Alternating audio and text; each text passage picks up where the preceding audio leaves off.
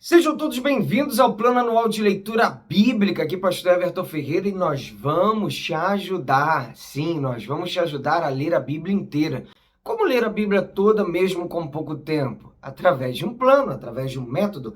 E a Bíblia 365 de Noite da SBB, ela já tem um plano todo organizado. Estamos disponibilizando as páginas da nossa Bíblia aí para vocês, é só você vir com a gente. Esse plano se consiste em nós lermos trechos da Bíblia e esses trechos vão se completar numa leitura inteira da Palavra de Deus. Se você está chegando novo, seja muito bem-vindo. Segue daqui para frente. As leituras que já passaram, nós temos uma playlist aqui no nosso canal, Leitura Anual Bíblica. Você vai atualizando aos poucos. Se você não é inscrito no canal, não é inscrito não, nos ajude. A gente precisa chegar a 1000 inscritos. Quantos que já tem aqui? Vamos lá? Posso contar com você? Claro, né? Então se inscreva no canal, dá o like e compartilhe para os seus contatos e grupos. Vamos à leitura de hoje. Dia 258, nós vamos ler 2 Crônicas 27 e 28, Eclesiastes capítulo 11 e Efésios capítulo 2. 2 Crônicas 27. O reinado de Jotão de Judá.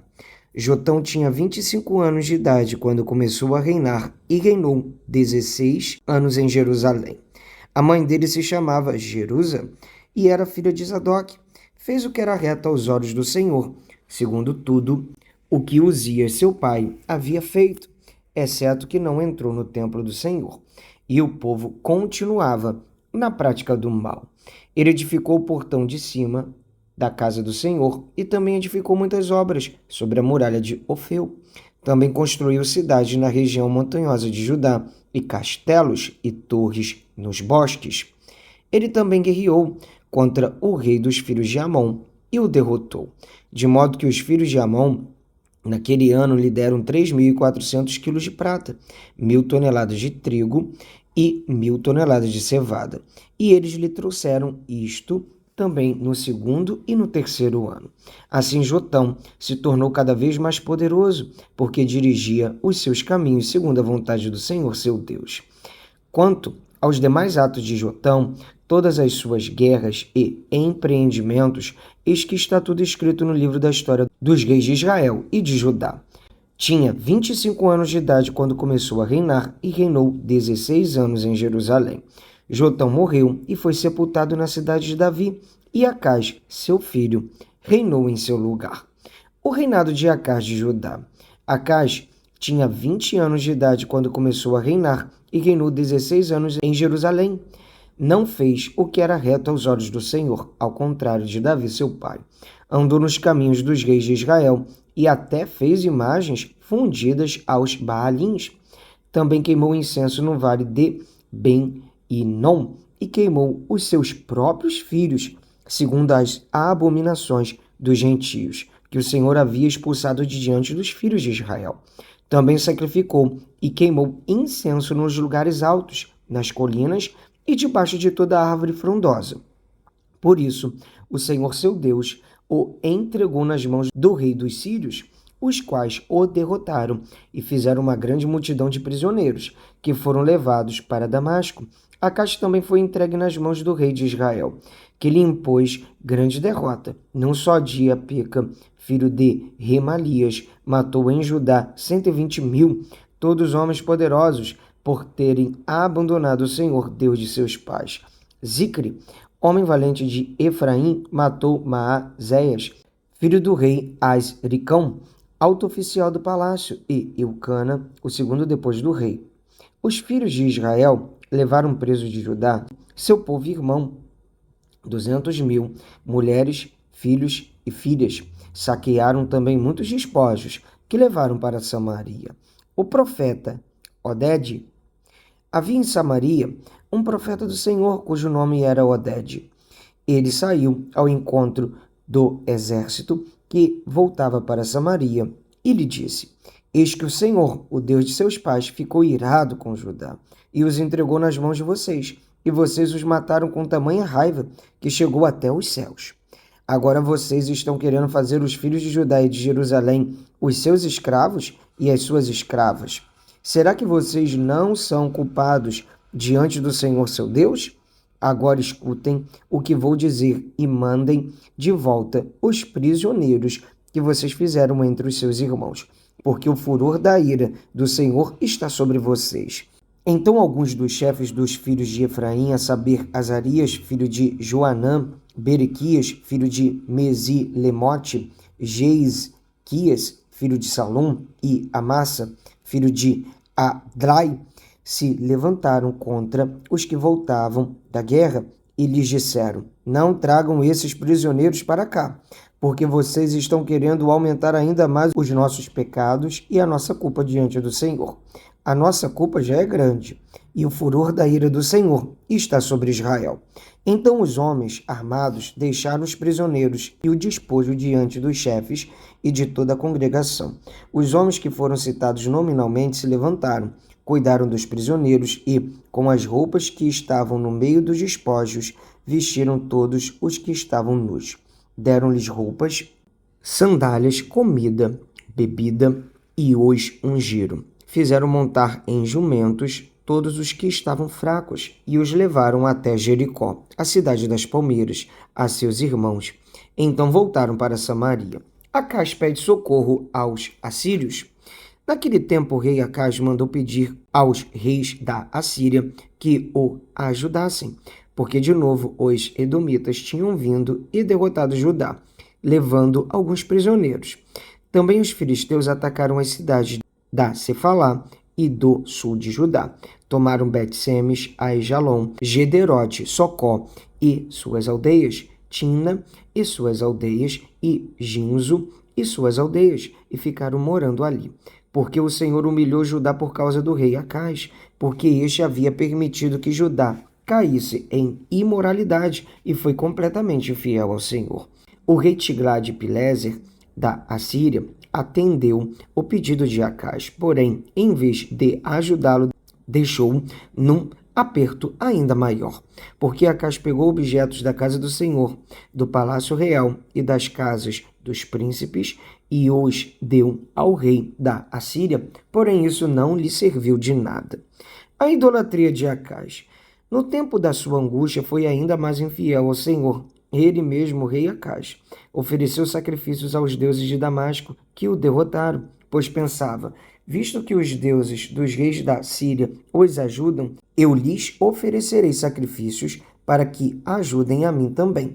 Porém, eles foram a sua ruína e a de todo o Israel. Acás juntou os utensílios da casa de Deus, os quebrou em pedaços e fechou os portões da casa do Senhor, e fez para si altares em todos os cantos de Jerusalém. Em cada cidade de Judá, construiu lugares altos para queimar incenso a outros deuses, e assim provocou a ira o Senhor, Deus de seus pais. A morte de Acás. Quanto aos demais atos de Acás e a todos os seus caminhos, tanto os primeiros como os últimos, está tudo escrito no livro da história dos reis de Judá e de Israel. Acás morreu e foi sepultado na cidade de Jerusalém, mas não nos túmulos dos reis de Israel. E Ezequias, seu filho, reinou em seu lugar. Vamos ler agora o livro de Eclesiastes, capítulo 11. A conduta prudente do sábio. Lance o seu pão sobre as águas, porque depois de muitos dias você o achará. Reparta com 7 e até mesmo com 8, porque você não sabe que mal sobrevirá à terra. Se as nuvens estão cheias, derramam chuva sobre a terra. Se uma árvore cair para o sul ou para o norte, no lugar em que cair, aí ficará.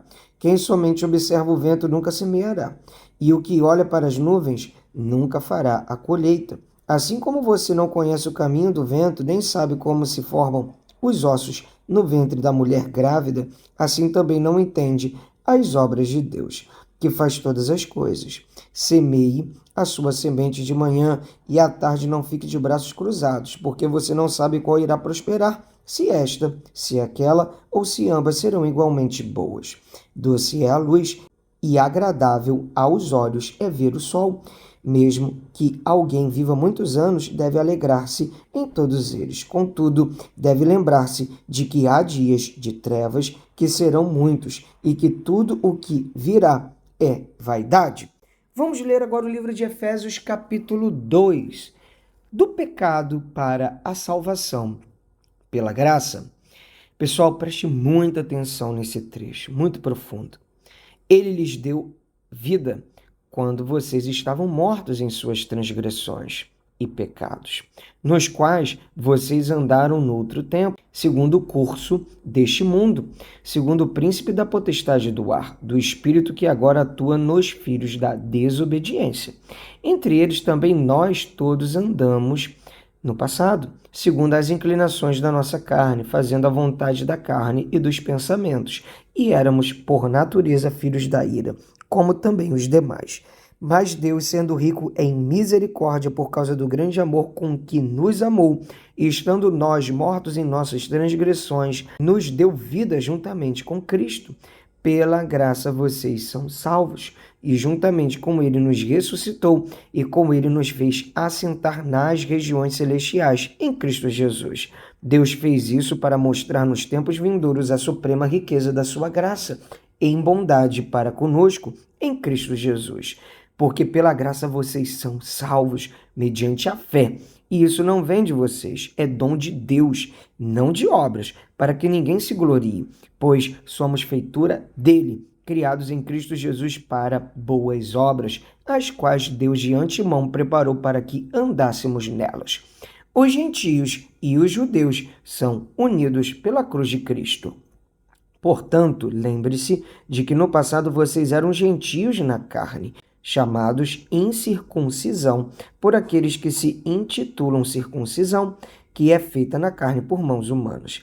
Naquele tempo vocês estavam sem Cristo, separados da comunidade de Israel e estranhos às alianças da promessa, não tendo esperança e sem Deus no mundo. Mas agora em Cristo Jesus, vocês que antes estavam longe, foram aproximados pelo sangue de Cristo, porque Ele é a nossa paz. De dois povos, ele fez um só e, na sua carne, derrubou a parede da separação que estava no meio, a inimizade. Cristo aboliu a lei dos mandamentos na forma de ordenanças, para que dos dois criasse em si mesmo uma nova humanidade, fazendo a paz e reconciliasse ambos em um só corpo com Deus por meio da cruz, destruindo a inimizade por meio dela. E quando veio Cristo, evangelizou paz a vocês que estavam longe e paz também aos que estavam perto, porque por meio dele ambos temos acesso ao Pai em um só Espírito. Assim vocês não são mais estrangeiros e peregrinos, mas concidadãos dos santos e membros da família de Deus, edificados sobre o fundamento dos apóstolos e profetas, sendo ele mesmo Cristo Jesus a pedra angular. Nele, todo o edifício bem ajustado cresce para ser um santuário dedicado ao Senhor. Nele também vocês estão sendo edificados, junto com os outros, para serem morada de Deus no Espírito. Graças a Deus, amém. Mais um dia de leitura bíblica concluída. Até aqui nos ajudou o Senhor e vamos avançando de passo em passo, de fé em fé. Te espero aqui amanhã. Um abraço, para cima!